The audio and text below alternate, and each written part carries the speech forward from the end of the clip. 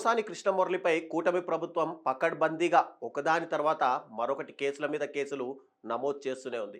ఈ నేపథ్యంలో ఇప్పటికే ఆయనపై ఆంధ్రప్రదేశ్లోని పలు జిల్లాల్లో పలు కేసులు నమోదు చేశారు. ఒక దానిపై బెయిల్ వస్తే మరొక కేసులో బెయిల్ రాకుండా పకడ్బందీగా కేసులు నమోదు చేస్తున్నారు. ఈ నేపథ్యంలో సిఐడి నమోదు చేసిన కేసులో గుంటూరు కోర్టులో హాజరుపరిచారు. ఇదే సమయంలో ఇరువైపుల వాదనలు విన్నటువంటి గుంటూరు కోర్టు పోసాని కృష్ణమురళికి 14 రోజుల రిమాండ్ విధిస్తూ ఆదేశాలు జారీ చేసింది. దీంతో ఈ నెల 28వ తేదీ వరకు ఆయన రిమాండ్లోనే ఉండనున్నారు. అంతకుముందు జడ్జి ఎదుట పోసాని బోర్న విలపించారు. తన ఆరోగ్యం బాలేదని 2 సార్లు ఆపరేషన్ చేసి స్టంట్లు వేశారని కంటతడి పెట్టాడు. బెయిల్ రాకుంటే ఆత్మహత్య శరణ్యమని జడ్జి ఎదుట వాపోయాడు.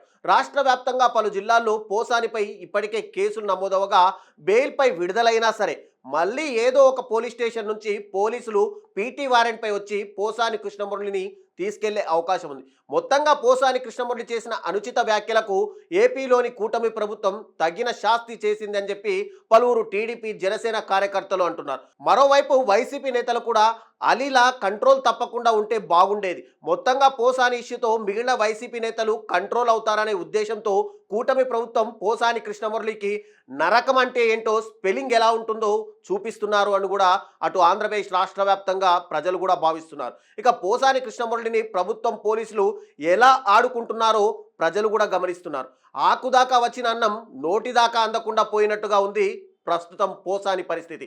ఇప్పటికే 4 కేసుల్లో అరెస్ట్ అయిన పోసానిని అన్ని కేసుల్లోనూ బెయిల్ లభించింది.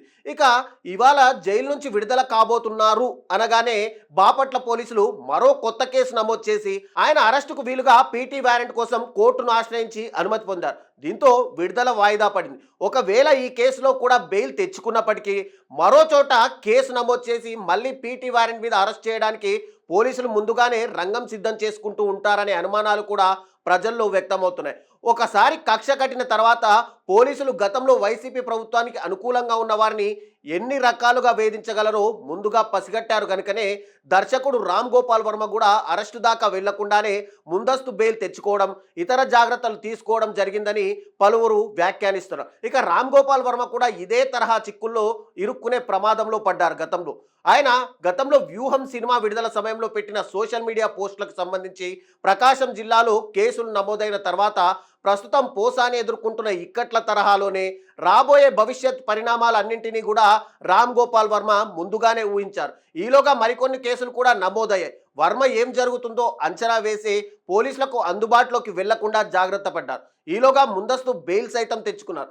అలాగే తన మీద వివిధ ప్రాంతాల్లో నమోదవుతున్న అన్ని కేసులకు ఒకే కేసుగా విచారణ పరిధిలోకి చేర్చేలా మరో కేసు కూడా హైకోర్టులో వేశారు. ఆ తర్వాత కోర్టును పురమాయింపు మేరకు విచారణకు హాజరయ్యారు. తదుపరి కఠిన చర్యలేవి తీసుకోవద్దనే సూచన ఉన్నది కనుక ఆయన అరెస్ట్ అయితే జరగలేదు. ఇక ఆయన అన్ని జాగ్రత్తలు తీసుకున్నారు కనుకనే కాస్త సేఫ్ జోన్లో ఉన్నారు. పోసాని కృష్ణమురళి ఆ విషయంలో పూర్తిగా విఫలమయ్యారనే చెప్పుకోవచ్చు. రెండో కేసు నమోదు కాగానే తన మీద నమోదయ్యే అన్ని కేసులను ఒకే పరిధిలోకి చేర్చాలని, అవి కారణాలు అవే పోస్టులకు సంబంధించి కొత్త కేసులు నమోదు కాకుండా చూడాలని ఆయన కోర్టును ఆశ్రయించాల్సి ఉండిన అవకాశం ఉంది. అయితే ఆ పని జరగలేదు. తత్ఫలితమే ఇప్పుడు బాపట్ల కేసు బెయిల్ దక్కినా కూడా బయటకు రాకుండా చూడడం అనేది పలువురు సైతం అభిప్రాయపడుతున్నారు. దీనిపై పోసాని అరెస్టుపై మీ అభిప్రాయాలను కూడా కామెంట్ రూపంలో తెలియజేయండి.